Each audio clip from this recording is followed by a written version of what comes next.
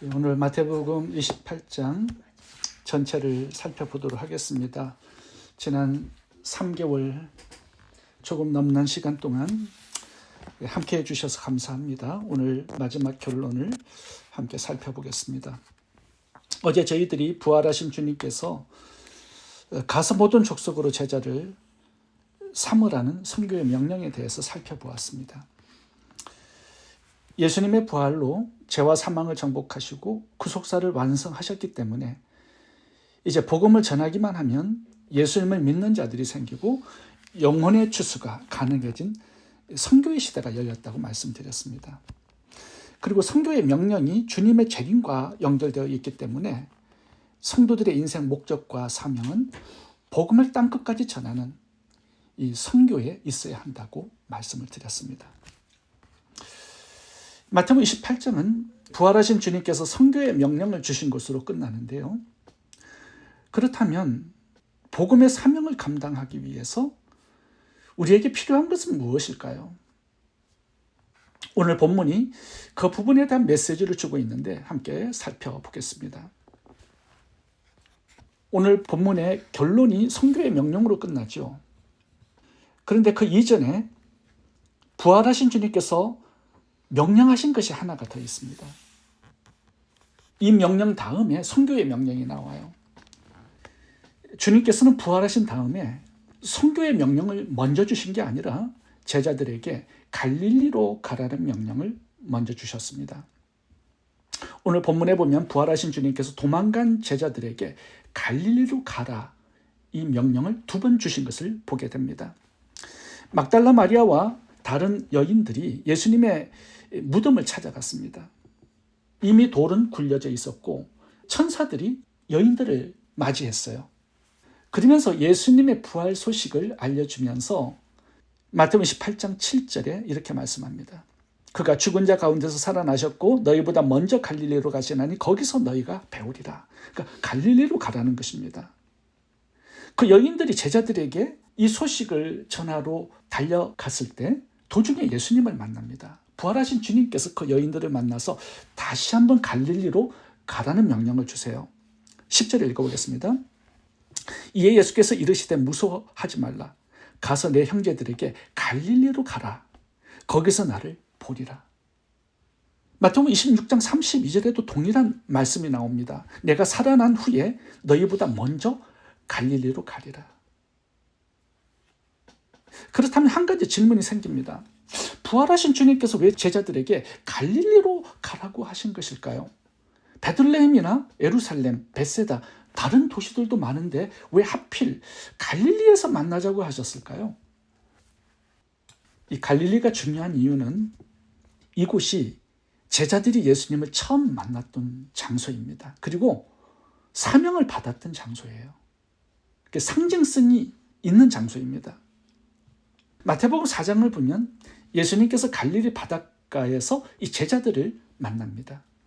그리고 그들을 제자로 부르시죠. 18절부터 읽어보겠습니다.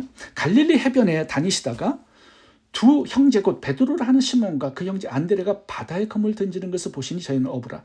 말씀하시되 나를 따라오라. 내가 너희를 사람 낚는 어부가 되게 하리라 하시니 저희가 곧 그물을 버려두고 예수를 쫓으니라. 21절도 보시면 야고보와 그의 형제 요한을 부르실 때도 동일합니다. 그들이 배와 부친, 거물, 가족들을 다 버리고 예수님을 쫓아가요. 이 갈릴리라는 장소는요, 예수님을 만나고 예수님을 사랑했고 또 모든 것을 버리고 예수님을 따라가는 헌신을 드린 장소입니다. 성경을 보면요, 예수님을 제대로 만난 사람들은 다 모든 것을 버리고 예수님을 따라갑니다. 마태복음 9장 9절을 보면 예수님이 세리마태를 부르는 장면이 나오는데요. 세리마태도 모든 것을 다 버리고 예수님을 따라갑니다. 요한복음 4장에서 사마리아 우물가에서 예수님을 만났던 수가성 여인도 봐보세요. 물뚱이를 버려두고 동네로 들어가서 전도의 사명 감당합니다. 사도 바울은 어떻습니까? 다메섹으로 가다가 예수님을 만났어요. 만난 후에는 내가 가진 모든 것은 배설물처럼 여기고 모든 것을 버리고 주님을 따랐다라고 간증합니다. 근데 이제 중요한 게 뭐냐면 모든 것을 다 버리고 예수님을 따라간 제자들이 시간이 지나자 변질됩니다. 타락합니다. 마태복음 4장에 보면 예수님께서 불러주신 것만으로도 행복했고 감사했고 감격했습니다. 그런데 마태복음 19장을 한번 봐보시면 저희가 모든 것을 다 버리고 따랐는데 보상이 없어요.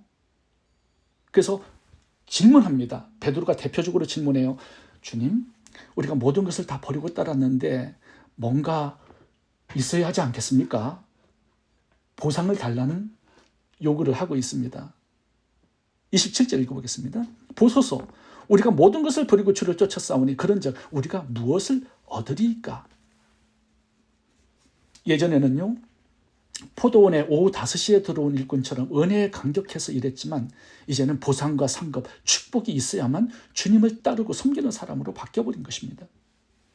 그런데 마태복음 26장을 보면 더 심각하게 제자들이 변질됩니다. 예수님을 팔아먹고 배신하고 저주하고 도망갑니다. 마태복음 26장 56절 보세요. 제자들이 다 예수를 버리고 도망하니라. 이 마태복음을 보면요, 참 재미있습니다.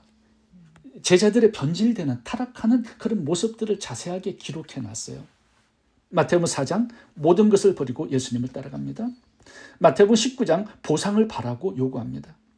마태복음 26장 예수님을 다 버리고 도망갑니다. 배신자, 도망자, 실패자, 이것이 예수님이 죽고 부활하실 때까지 나오는 제자들의 모습입니다.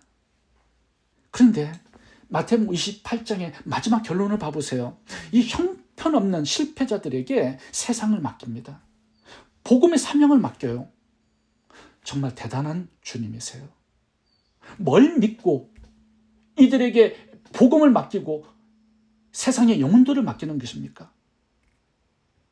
저 같으면 다른 사람 찾아봤을 거예요.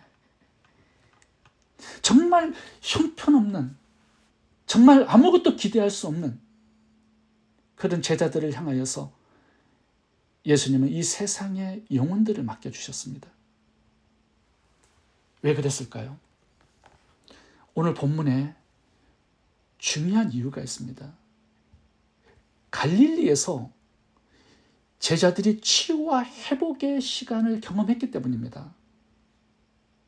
그래서 예수님께서 제자들을 세상에 파송하기 전에 갈릴리에서 만나자고 하신 거예요. 처음 예수님을 만난 그 장소, 처음 예수님을 향한 사랑과 헌신이 있었던 그 장소에서, 모든 것을 다 버리고 주님을 따라갔던 그곳에서 주님은 제자들을 불러 모으고 다시 시작하자라고 말씀하신 것입니다. 주님에 대한 사랑을 다시 회복할 수 있도록 도와주셨어요. 복음의 사명에 대한 헌신을 되찾도록 회복할 수 있도록 도와주셨습니다.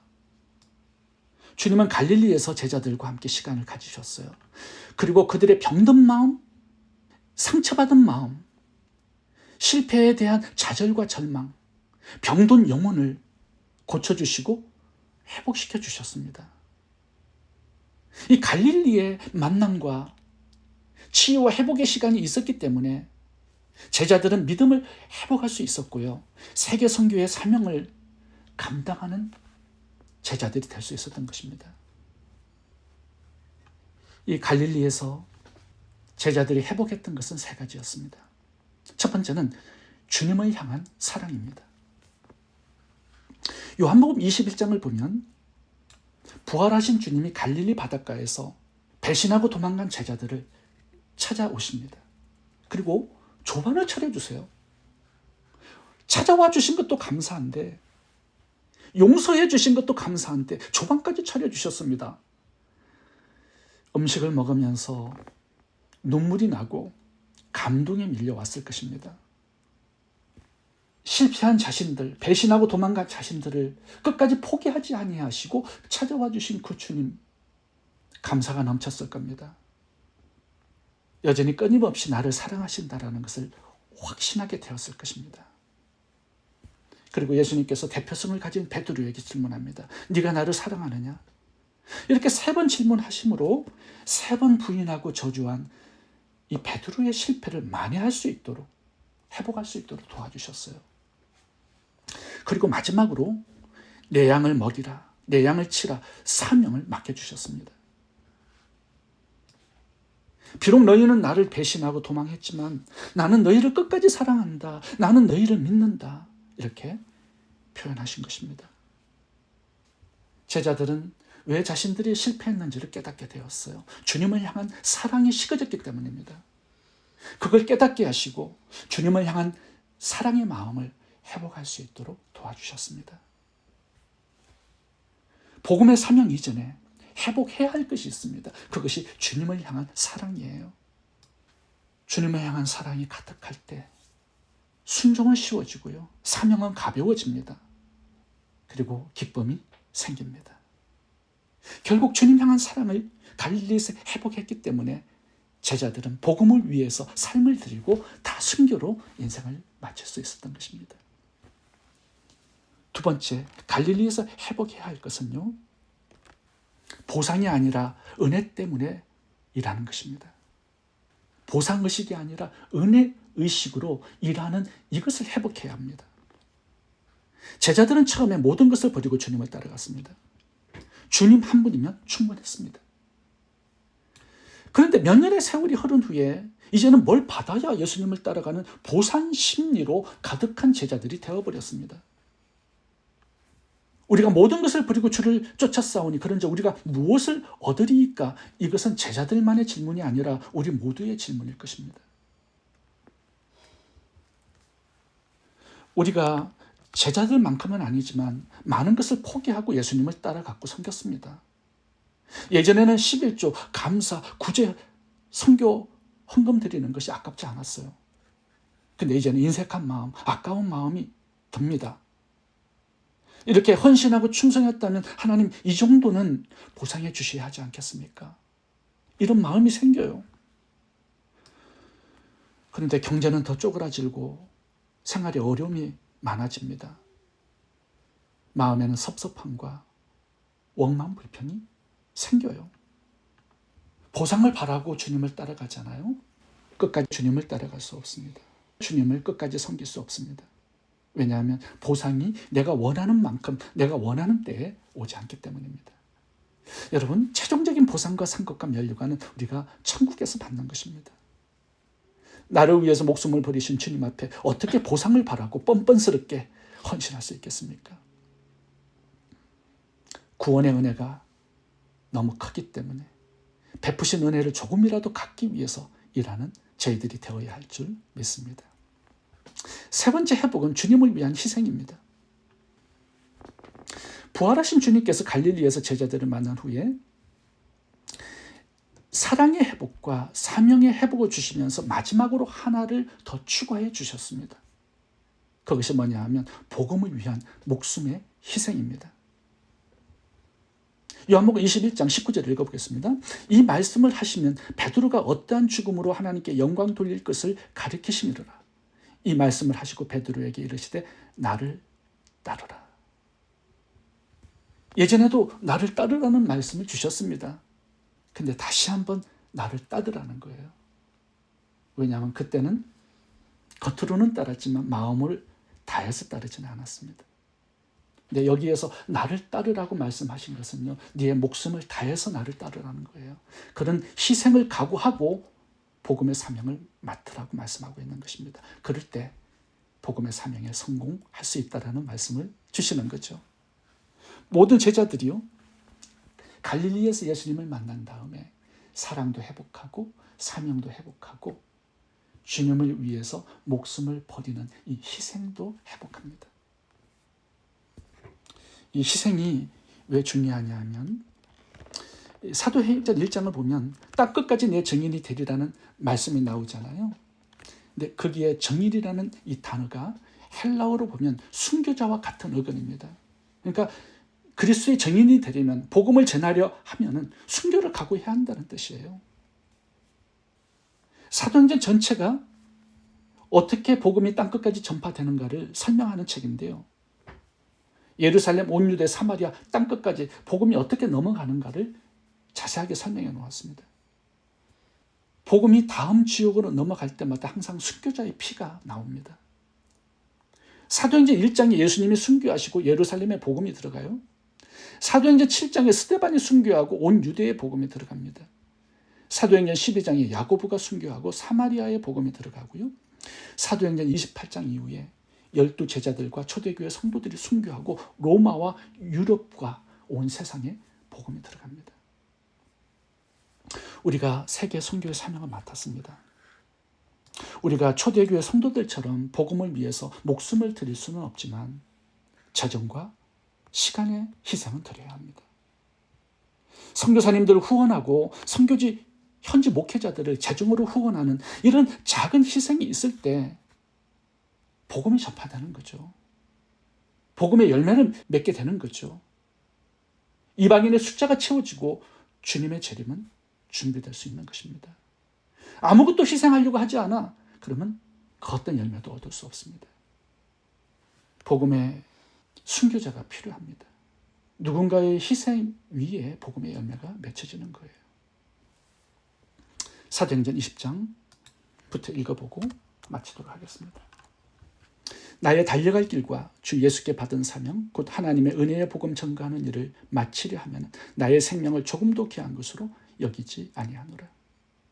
계시록 12장 11절입니다. 여러 형제가 어린 양의 피와 자기의 전가하는 말을 인하여 저를 이겼으니 그들은 죽기까지 자기 생명을 아끼지 아니하였도다. 그가 우리를 위하여 목숨을 버리셨으니 우리가 이로써 사랑을 알고 우리도 형제들을 위하여 목숨을 버리는 것이 마땅하니라. 기도하겠습니다.